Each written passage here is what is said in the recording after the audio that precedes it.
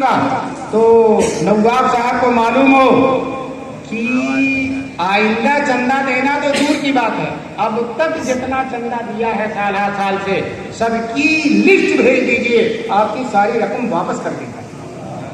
آپ سمجھتے ہیں مدرسہ آپ کے چندے سے چلتا ہے؟ مدرسہ اللہ کی امانت ہے، اس کو اللہ چلانے والے ہیں۔ دوستو حضرت قاری طیب صاحب کا جواب حکیمانہ جواب تھا اور شیخ الاسلام کا جواب مجاہدانہ جواب تھا۔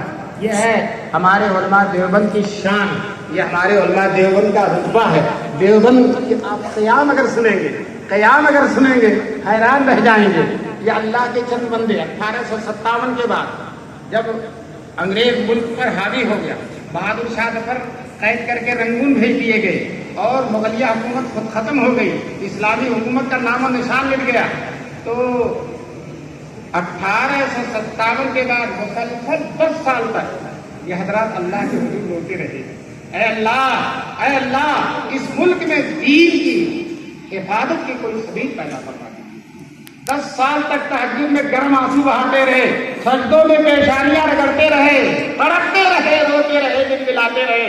دوستو 10 سال کے بعد جتنے اولیاء اللہ تھے سب کے دل میں اجتماعی طور پہ انعام ہوا کہ دین کی حفاظت کی یہی شکل ہے کہ ایک مدرسہ قائم کیا جائے۔ چنانچہ انہی الہامات ربانی کے پیش نظر دیوبند کی زمین میں سب لوگ اکٹھا ہوئے۔ کسی نے کہا میں نے خواب دیکھا ہے، کسی نے کہا میرے دل میں آیا، کسی نے کہا مجھے الہام ہوا کہ مدرسہ قائم کیا جائے۔ چنانچہ ان حضرات نے دیوبند کی زمین میں ایک چھوٹی سی مسجد آج بھی موجود ہے، اللہ تعالیٰ حضرات کو دیوبند کی زیارت کرائے، وہاں جائیں گے۔ اس مسجد کے صحن میں جون کا مہینہ اور پنکھا نہیں تھا، صحن میں انار کا درخت تھا، اسی انار کے درخت کے نیچے ایک استاد اور ایک شاگرد سے مدرسے کو شروع کر دیا گیا۔ دوستو یہ محرم، عربی مہینہ محرم ہے، انگریزی مہینہ مئی ہے۔ محرم کے مہینے میں مدرسہ کھلتا ہے اور محرم سفر شعبان آتے آتے اسی سال دورے تک کی تعلیم، اسی سال دورے تک کی، اور طلبا دیوبند کے نہیں، سہارنپور کے نہیں، مظفر نگر کے نہیں، آپ لوگ قندھار سے آ گئے، سمرقند و بخارا سے دور دراز سے طلبا آ گئے۔ دوستو اس زمانے میں نہ ریڈیو نہ ٹیلی ویژن نہ اخبار، لیکن اللہ کی رحمت کے فرشتوں نے ہر جگہ خبر کر دی، اے علوم نبوت کے پروانوں، چلو دیوبند میں علوم نبوت کا چراغ جل گیا۔ جوگ درجوگ طلبا آتے گئے۔ حضرت مولانا قاسم نانوتوی نے دارالعلوم دیوبند کے قائم ہونے کے 7ویں سال دستار بندی کے جلسے میں حضرت نانوتوی نے تقریر کیا کہ ہمارا یہ مدرسہ کھلا، کچھ بچے مکے میں پڑھتے تھے، کچھ مدینے میں پڑھتے تھے، ان کو معلوم ہوا کہ دیوبند میں مدرسہ کھل گیا ہے تو سب کے سب دیوبند چلے آئے، سب کے سب مولانا قاسم نانوتوی نے اپنی تقریر میں کہا اور یہ بھی فرمایا اللہ نے ہمارے مدرسے کو جو مقبولیت دی ہے ہم کو اس کا تصور بھی نہیں تھا کتنی مقبول ہے۔ کیوں؟ اخلاص تھا ان حضرات کا، آہیں سحرگاہی تھی۔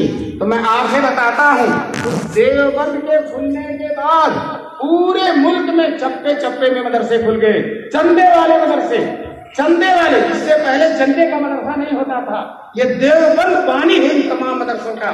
اس لیے مولانا قاسم نانوتوی رحمۃ اللہ علیہ فرماتے ہیں اب جو ہے کہیں بھی مدرسہ، ہمارے مدرسے سے بڑا بھی کوئی مدرسہ کھل جائے لیکن وہ ہمارے مدرسے کا پرتو ہوگا، ہمارے مدرسے کا پرتو ہوگا، اس کا عکس ہوگا اور اس کی شاخ ہوگی۔ چنانچہ بہت سے مدرسے شاخیں بناتے ہیں اور الحمدللہ دیوبند کی شاخیں بنتی ہیں کا مطلب یہ ہے جو مدرسہ کھلتا ہے وہ اپنی جگہ پر سمجھتا ہے کہ ہم دیوبند کی کیا شاخ ہے، چاہے رابطے میں مربوط ہو یا نہ ہو لیکن پھر بھی اپنے آپ کو دیوبند کا کیا سمجھتا ہے، شاخ سمجھتا ہے۔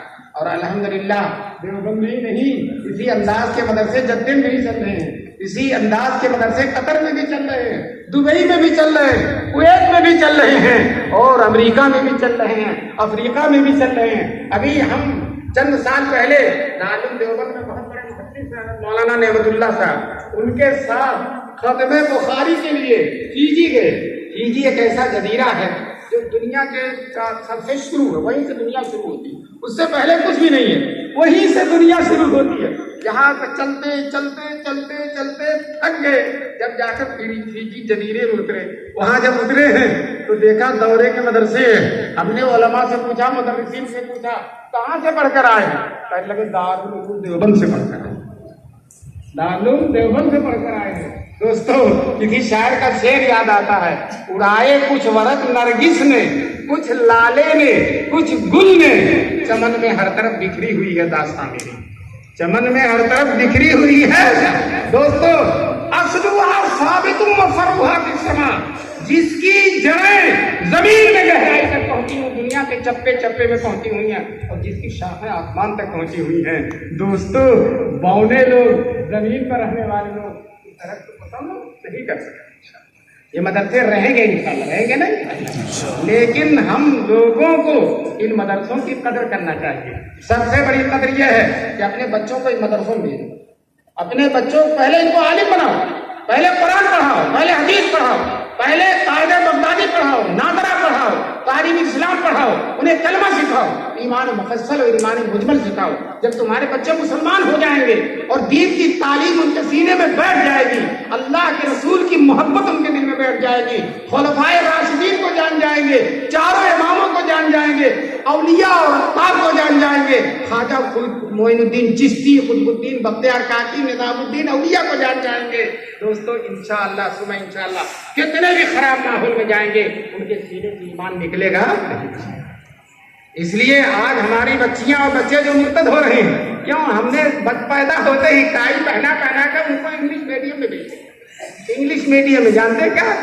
ٹائی لگا کر جاتے ہیں، کافی کھا کر آ جاتے ہیں، ٹائی لگا کر جاتے ہیں اور کافی کھا کر آ جاتے ہیں، کچھ بھی نہیں پڑھتے۔ اور اب میں بتاؤں ہمارے عربی مدرسے ماشاءاللہ قرآن کے ساتھ، حدیث کے ساتھ، دین کے ساتھ اور سیرت کے ساتھ اور جو ہے فقہ کے ساتھ الحمدللہ یہ جدید تعلیم بھی شروع کر چکے ہیں، کر رہے ہیں، اور انگریزی اور ماشاءاللہ ان اسکولوں میں، کالجوں میں جو بچہ 5 سال میں پڑھتا ہے الحمدللہ یہ مدرسے والے 1-2 سال میں پڑھا دیتے ہیں، 1-2 سال میں پڑھا دیتے ہیں۔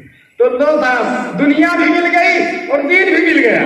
پھر بیوقوفی ہے جو ہم اپنے چھوٹے چھوٹے بچوں کو چوچلے کے ساتھ، بڑے ناز نخرے کے ساتھ، ہمارا بیٹا فلاں انگلش میڈیم میں جا رہا، ارے جا رہا خاک بن رہا، کچھ بھی نہیں ہو رہا۔ تم عربی مدرسوں میں بھیجو، ایک بچے کو انگلش میڈیم میں بھیج دو اور ایک مدرسے بچے کو عربی مدرسے میں بھیج دو، دونوں کی عمر برابر، دیکھو گے یہ دین بھی جان جائے گا اور انگریزی بھی اس سے زیادہ جانے گا۔ ابھی میں نانوتا میں گیا، ایک چھوٹا سا بچہ 15-12 کا حافظ تھا، انگریزی میں ایسی تقریر کیا، بڑے بڑے انگریزی پڑھنے والے لوگ تھے، آشاش کر رہے تھے۔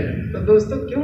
یہ قرآن پڑھنے سے، حدیث پڑھنے سے دماغ ایسا کھل جاتا ہے کہ انگریزی تعلیم، دینی تعلیم، اس کے بائیں ہاتھ انگریزی تعلیم، دنیاوی تعلیم، عصری تعلیم اس کے بائیں ہاتھ کا کھیل بن جاتا ہے۔ تو مسلمانوں تہیہ کرو کہ انشاءاللہ ہم سب سے پہلے اپنے بچوں کو عربی مدرسے میں بھیجیں۔